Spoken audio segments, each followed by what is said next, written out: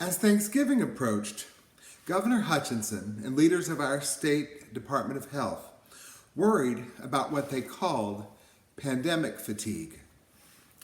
Their specific concern was that Arkansans had tired of all that we must do to avoid becoming infected, not just wearing masks, but above all, refraining from gathering in person and in close proximity with family and friends outside our households. The governor was right to be concerned. Our hospitals are overburdened, with the record number of Arkansans hospitalized with COVID-19 broken almost daily. While beds may be available, particularly here in Little Rock, a nursing shortage, which has long plagued Arkansas and the nation, is now critical. Even where staffing is sufficient, our healthcare workers are burned out and badly stressed. A serious situation described in detail by healthcare workers in our congregation to me privately and to our COVID response task force. The governor's fears seemed to have been well placed. Yesterday's crushing report of new infections, surpassed today, seemed to indicate that, tired of restricting themselves, too many Arkansans gathered indoors with family and friends on Thanksgiving. I am not the governor of Arkansas, and I'm not speaking this evening to all the citizens of our state. Instead, I'm the rabbi of Congregation B'nai Israel. I perceive that our members are not suffering from the kind of pandemic fatigue the governor described. For Thanksgiving, our families gathered in small numbers in their own homes. They dropped off food on porches of their relatives and friends, or they donned warm clothes and executed carefully distanced outdoor celebrations. Our religious school's 7th and 8th grade class baked pies and delivered them to the doors of many of our older, more isolated congregants, similar to the mitzvah that Janet Kornblatt and Caring and Sharing plan to fulfill with Hanukkah dinners. Still, many of us suffer from a different kind of pandemic fatigue, well described by my friend Lisa Goldstein, a Jewish educator and cantorial soloist, who wrote to her congregation this morning, "My friends, I'm sure you've noticed that I've been struggling a bit lately during services, struggling musically, struggling sometimes with the words. The longer the pandemic lingers, the harder I'm finding it to concentrate. And I suspect I'm not alone. Each of us is struggling in our own unique ways." Like Lisa, we at Congregation B'nai Israel have not let our pandemic fatigue lead us to behave irresponsibly in ways that court infection.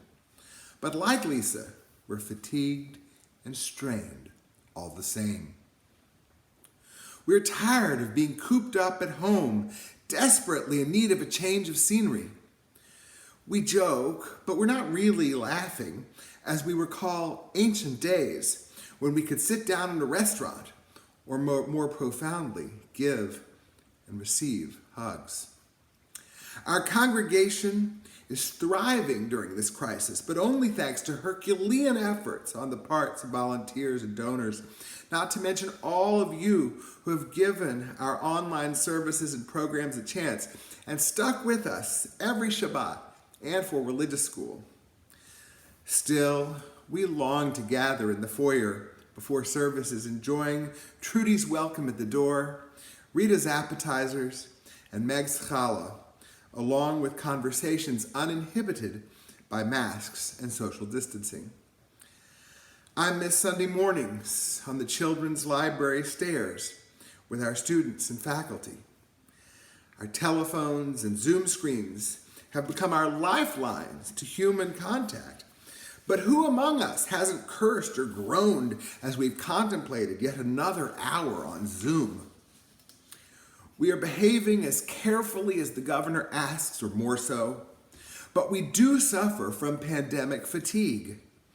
Vaccines on the horizon give us hope that the pandemic will end. Still, we know, almost 9 months in, we have months, many months to go including Hanukkah, Purim, and for a second consecutive year, Passover. Our Jewish history is a helpful precedent for an extended period of waiting for life to get better. Admittedly, most of us have not experienced pandemic losses comparable to centuries of persecution, exile, and genocide. Moreover, with the exception of the immigrants among us, few in our congregation have actually lived that difficult Jewish history. Still, we embrace that history as our own and we recount it regularly. We know that for nearly 2 millennia, our people did not live as they wished or where they wished.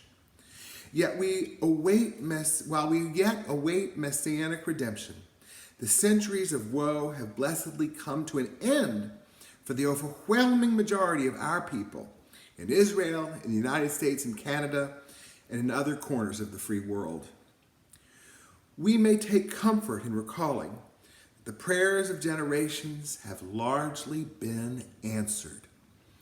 Our prayers for an end to the current predicament will similarly be fulfilled, hopefully, likely, in 2021. In this week's Torah portion, Jacob faces a moment in his life even more trying than our pandemic fatigue. He's returning home some 2 decades after deceiving his father Isaac into bestowing on him the blessing intended for his older brother Esau, prompting Esau to threaten to kill him. Now Jacob will see Esau again, and his brother is approaching with legions, some 400 men. Preparing for the next day, Jacob secures his family across the river, and then he is left alone with his fears. Just then, Torah tells us, a man wrestled with him until the break of dawn.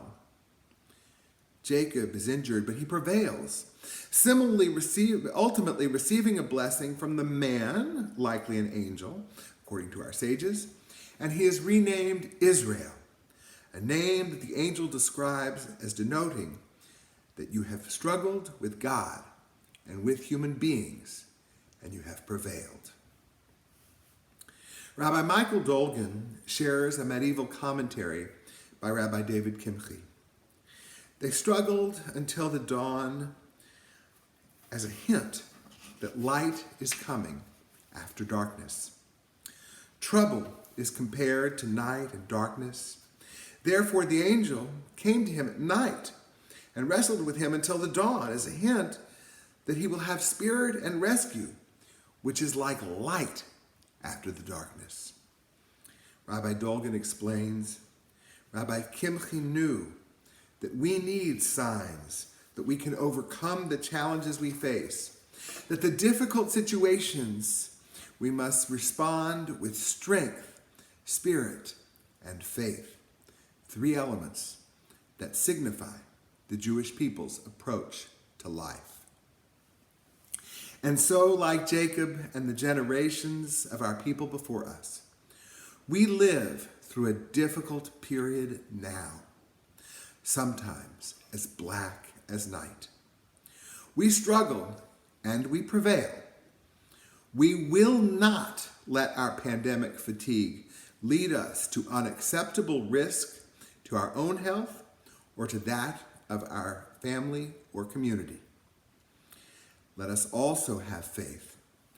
Just as we celebrate Am Yisrael Chai, the people of Israel lives, a time will come when we shall proclaim, we have endured this pandemic and even our fatigue. We yet live, we have prevailed. Amen.